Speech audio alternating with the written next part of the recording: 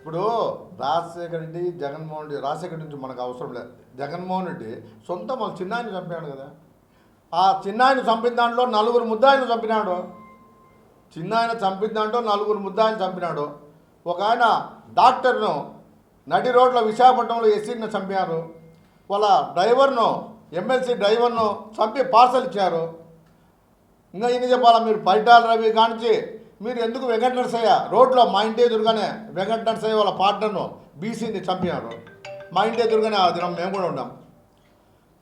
మీరు బీసీలు రసయ్యని చంపింది మీరే కదా. అంటే మీరు బీసీలు లేదు, ఓసీలు లేదు, మీకు ఎవరు కావాలో ఎవరు అడ్డం ఉంటారు వీళ్ళంటే వాళ్ళు చంపేస్తారు.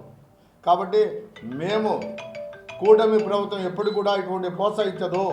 ఇటువంటి ఎవరైనా తెలుగుదేశం వాళ్ళు తప్పు చేసినా తప్పకుండా శిక్షిస్తుంది. కాబట్టి తప్పు చేసేది మీరు మా మీద వేయాలని ప్రయత్నం చేసి మాత్రం బురద చల్లాలని ప్రయత్నం కుదరదు అని చెప్తలేదు.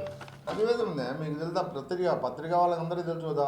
దస్తగిరి ఎవరి బినామీ ఆ వాళ్ళతో దొరికిన పేపర్లు మేమే పెట్టినాం ఆ రిజిస్ట్రేషన్ చేసి. ఏ విధంగా ఎందుకు దొరికాయి? మీరంతా ఆయన మీ బినామీ కాబట్టి అతనికి మీకు ఏదో డిఫరెన్స్ వచ్చినాయి కాబట్టి అతన్ని లేపేశారు. లేపి అదేదో తెలుగుదేశం వాళ్ళ మీద పోయాలని. ఇంతకుముందు వివేకానంద రెడ్డి చనిపోతే గుండె హార్ట్ అటాక్ చనిపోయాడు. మళ్ళీ గొడ్డలి బోర్డు అని మీరు గొడ్డలి పార్టీ పెట్టుకుంటే బాగుంటుంది. మీరు అందరూ కూడా ఈ విధంగా చంపేస్తున్నారు. దీంట్లో ఏమాత్రం అనుమానం లేదు. వాళ్ళకే సంబంధము. దీంట్లో ఇంకా ఒకరిద్దరు తప్పించుకుంటారు.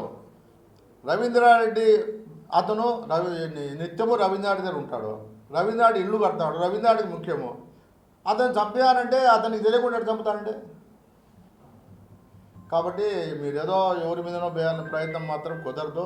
చంపింది మీరే, దానికి శిక్ష అనుభవించాల్సింది మీరే.